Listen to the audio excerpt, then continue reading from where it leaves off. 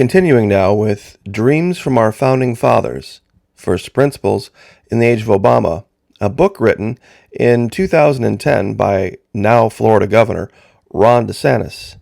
We left off after the first three sections at page 25, section 3, titled James Madison University. As the 2008 presidential campaign drew to a close, Barack Obama held a much-publicized campaign rally at a college in Harrisonburg, Virginia, which lies in the heart of the Shenandoah Valley and is home to traditionally Republican voters, as the media noted, in eager anticipation of a Democratic electoral victory. Obama stood a good chance of being the first Democratic candidate to win Virginia since Lyndon Johnson carried it in 1964. That he was campaigning on Republican turf so late in the game suggested that Obama had the political winds at his back and the presidency within reach. Claiming to be the first presidential candidate to stump in Harrisonburg since Democrat Stephen A. Douglas campaigned there against Abraham Lincoln during the election of 1860, he couched his candidacy in historic terms, portraying himself as the fulfillment of the American ideal and, quote, a testimony to this country. Yet Obama nevertheless declared the urgent need to come together and change this country. Obama's notion of change included the repudiation of President George W. Bush, but was by no means limited to that end. He saw his election as portending a transformation in the very fundamentals of the United States of America. A victory in Virginia would make it a near certainty that Obama's next stop would be 1600 Pennsylvania Avenue, giving him the opportunity to usher in the far-reaching change that he coveted. Viewing Obama's trip to Harrisonburg through the red state, blue state prism that had, by that point, been endlessly belabored, the media characterized the potential for Obama to win a state traditionally inhospitable to liberal Democrats as the major story of the late October campaign rally. What also was reported, but not in any way highlighted at the time, was the venue for the Harrisonburg event, James Madison University.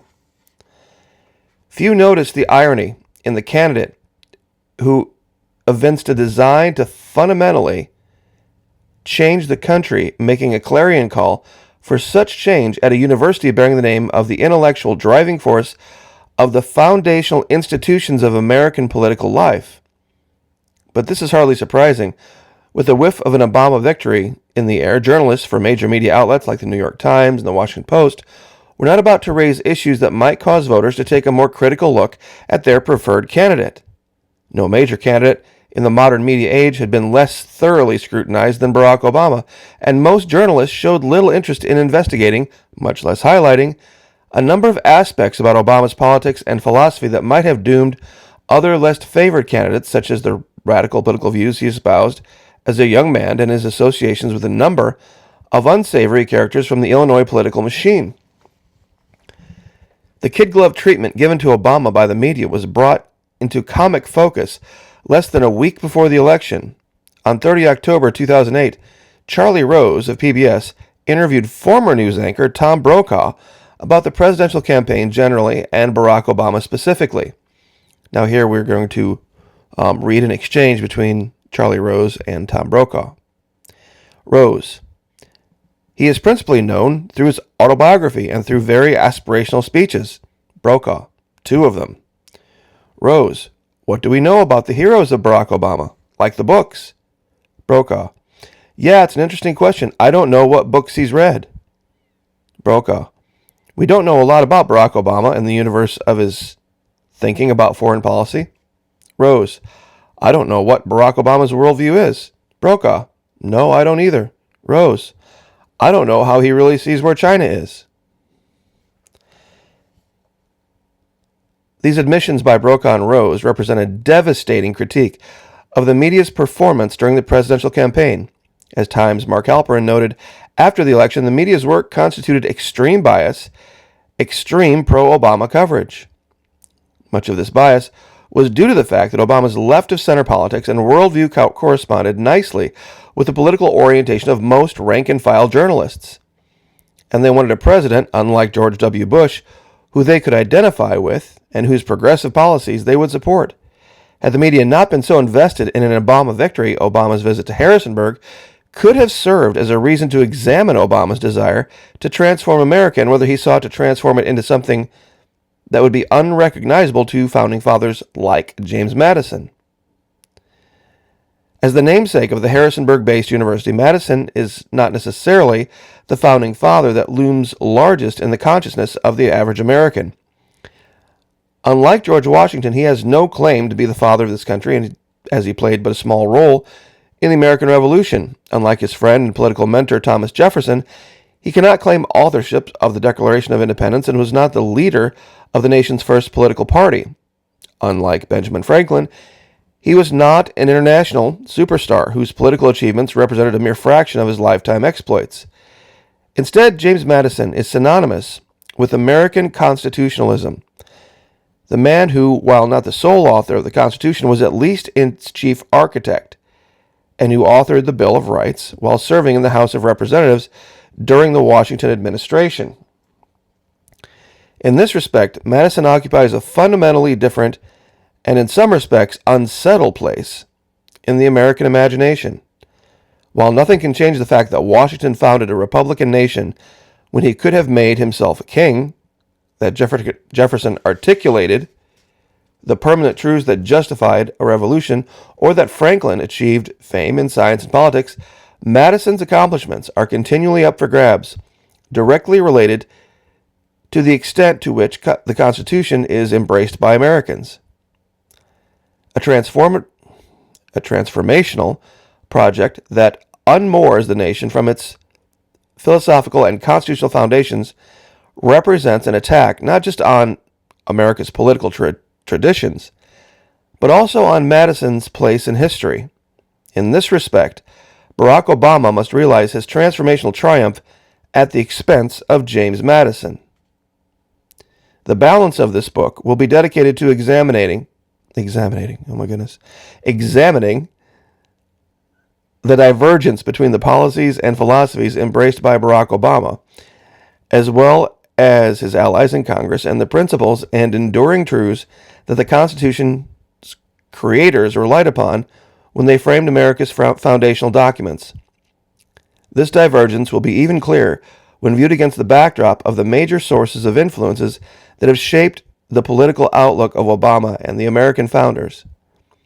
When James Madison arrived in Philadelphia for the Constitutional Convention, he brought with him a thorough knowledge of Republican government and was well versed in a wide array of political, philosophical, and religious sources. As the Rose-Brokaw dialogue demonstrated, the media did little to investigate what motivated Barack Obama's attitudes, yet this does not change the fact that Obama brought with him to the Oval Office a number of mature beliefs which were the product of a political socialization quite narrow in scope. Just as the constitutional road paved by the framers represents the logical application of their basic philosophical assumptions and worldview, so too does the transformational project of Barack Obama embody the cramped set of philosophical beliefs that have shaped his political persona. Chapter 4. The Philosophy of Change.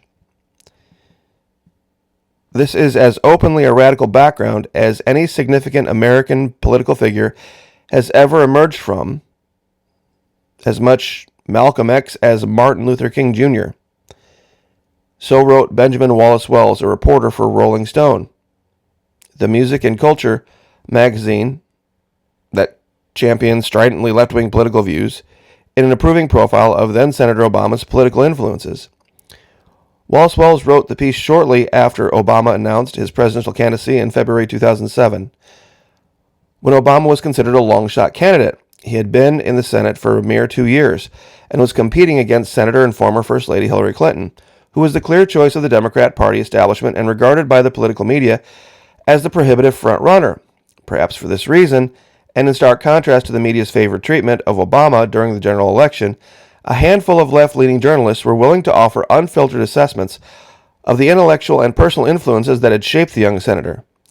As they were not yet invested in his victory, and in shielding him from past associations such as his relationship with Reverend Jeremiah Wright, a Chicago pastor with radical anti-American views, that could harm his electoral prospects.